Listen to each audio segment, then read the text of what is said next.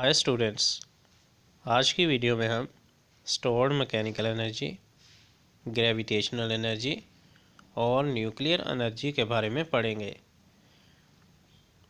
जैसा कि हमने पढ़ा था पोटेंशियल एनर्जी के बारे में कि पोटेंशियल एनर्जी जो है किसी जिस्म की पोजीशन की वजह से उसमें स्टोर होती है। फॉर एग्ज़ाम्पल हमने पढ़ा था कि एक गलेल है, गलेल को अगर आप पीछे को खींचें तो पहली पोजीशन उसकी सामने थी, लेकिन जैसे ही आपने गलेल को खींचा तो उसकी जो पोजीशन है वो चेंज हो गई, और उस गलेल को खींचने से जब उसकी पोजीशन चेंज हुई तो पोटेंशियल एनर्जी उसमें सेव हो गई। तो अब उस पोटेंशियल एनर्जी की मदद से आप क्या कर सकते हैं, पत्थर को दूर फेंक सकते हैं।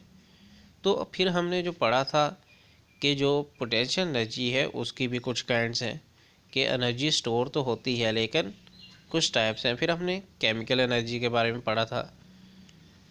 आज हम स्टोर्ड मैकेनिकल एनर्जी के बारे में पढ़ेंगे, यानी कि ज़ख़ीरा शुदा मैकेनिकल एनर्जी।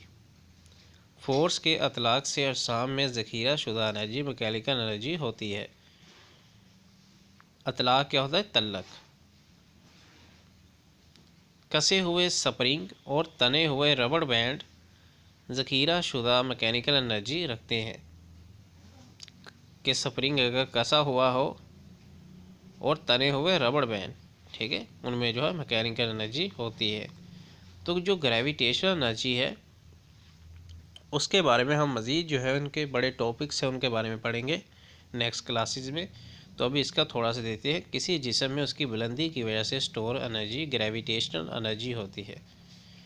एक्चुअली होता ये है कि जैसे ही कोई जो जिस्म है ऊपर की तरफ जाता है, जितना ऊपर जाएगा ग्रेविटेशनल एनर्जी यानी कि ज़मीन की जो फोर्स है वो उस पर उतना ही ज़्यादा अमल करेगी। तो उस जिस्म में ग्रेविटेशनल एनर्जी इस वजह से होगी क्योंकि ग्रेविटेशनल फोर्स उस पर अमल कर रही है। वो पत्थर आप जितना ऊपर फेंकेंगे वो उतनी ही तेज़ी से नीचे आएगा क्योंकि उसमें ग्रेविटेशनल एनर्जी मौजूद है जो कि ज़मीन की ग्रेविटेशनल एनर्जी है एक्चुअली। इसी वजह से वो पत्थर नीचे आता है। अगर उस पत्थर में ग्रेविटेशनल एनर्जी स्टोर ना हो तो वो पत्थर नीचे नहीं आएगा। जब हम एक ईंट को कुछ बुलंदी तक ऊपर उठाएं तो इसमें ग्रेविटेशनल एनर्जी स्टोर हो जाती है। एक्चुअली वो ग्रेविटेशनल एनर्जी स्टोर नहीं होती, बल्कि ग्रेविटेशनल एनर्जी जो है, ग्रेविटेशनल फोर्स जो है उसको नीचे लेके आती है। नेक्स्ट हम बात करने वाले हैं न्यूक्लियर एनर्जी के बारे में। एटम के न्यूक्लियस में ज़ख़ीरा शुदा एनर्जी न्यूक्लियर एनर्जी होती है। हमने पढ़ा था कि मॉलिक्यूल जो है एटम से मिलकर बनता है और एटम के अंदर हमें न्यूट्रॉन, प्रोटॉन और इलेक्ट्रॉन मिलते हैं। तो हमने ये भी पढ़ा है कि एटम के अंदर न्यूक्लियस होता है और न्यूक्लियस में हमको ये तीनों चीज़ें देखने को मिलती है, इलेक्ट्रॉन, प्रोटॉन, न्यूट्रॉन। फिर हमने ये पढ़ा था कि अगर दो सेम तरह के जो एटम्स हैं मिल जाएं तो एलिमेंट्स बनाते हैं। फिर हमने पढ़ा था दो सेम तरह के एलिमेंट्स मिल जाएं तो मिक्सचर बनाते हैं। फिर हमने ये पढ़ा था कि जो मिक्सचर और सॉल्यूशन में क्या फ़र्क है कि सॉल्यूशन में जो है सोल्यूट और सॉल्वेंट होता है, यानी चीनी सोल्यूट और सॉल्वेंट जो है पानी, यानी कि सोल्यूट की मकदार कम और सॉल्वेंट की ज़्यादा। उनके बारे में मज़ीद देखा था। बाय द वे ये तो हमारा पिछला लेक्चर था, उनके बारे में हमने थोड़ा डिस्कस किया है। तो जो एटम है वो न्यूक्लियस पर मुश्तमिल होता है। तो एटम के न्यूक्लियस में ज़ख़ीरा शुदा एनर्जी न्यूक्लियर एनर्जी होती है।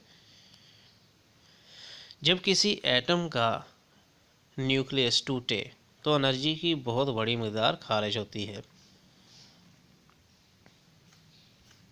लेफ़्ट साइड पर उसने एक लड़का बनाया हुआ है। स्लाइड पर लड़के में पोटेंशियल एनर्जी है क्योंकि लड़का पहले ऊपर बैठा हुआ था, जैसे ही लड़का नीचे आया तो वहाँ क्या थी, पोटेंशियल एनर्जी, जो कैसे आई, उसकी पोजीशन की वजह से। अगर वो लड़का बैठा रहता, पोजीशन चेंज ना करता तो कभी भी पोटेंशियल एनर्जी ना आती। लेकिन जैसे लड़के ने पोजीशन चेंज की, नीचे को गया तो सारी पोटेंशियल एनर्जी, तो वहाँ पे पोटेंशियल एनर्जी देखने को मिली। चाक के कुछ टुकड़े ने उन्हें ज़मीन पर रखें। एक ईंट ने उसे कुछ बुलंदी तक ऊपर उठाकर चाक के टुकड़ों पर गए तो क्या होता है, चाक टूट जाते हैं। वही ईंट अगर आप नीचे ही पड़ी रहने दें तो कुछ नहीं करेगी, लेकिन जैसे उसको ऊपर उठाया पोटेंशियल एनर्जी आ गई, ग्रेविटेशन एनर्जी जो है ग्रेविटेशन जो एनर्जी वहाँ पे स्टोर हुई ग्रेविटेशन फोर्स की वजह से, तो जैसे ही नीचे गिरेगी तो चाक को तोड़ देगी। चाक के टुकड़े छोटे छोटे टुकड़ों में टूट जाएंगे। आप इस तजर्बे से क्या सीखते हैं? एक ऊपर उठी हुई ईंट काम करने के काबिल होती है क्योंकि इसमें पोटेंशियल एनर्जी होती है। I hope you learn many things in this video, so gonna see you in the next video. Until then, goodbye for now.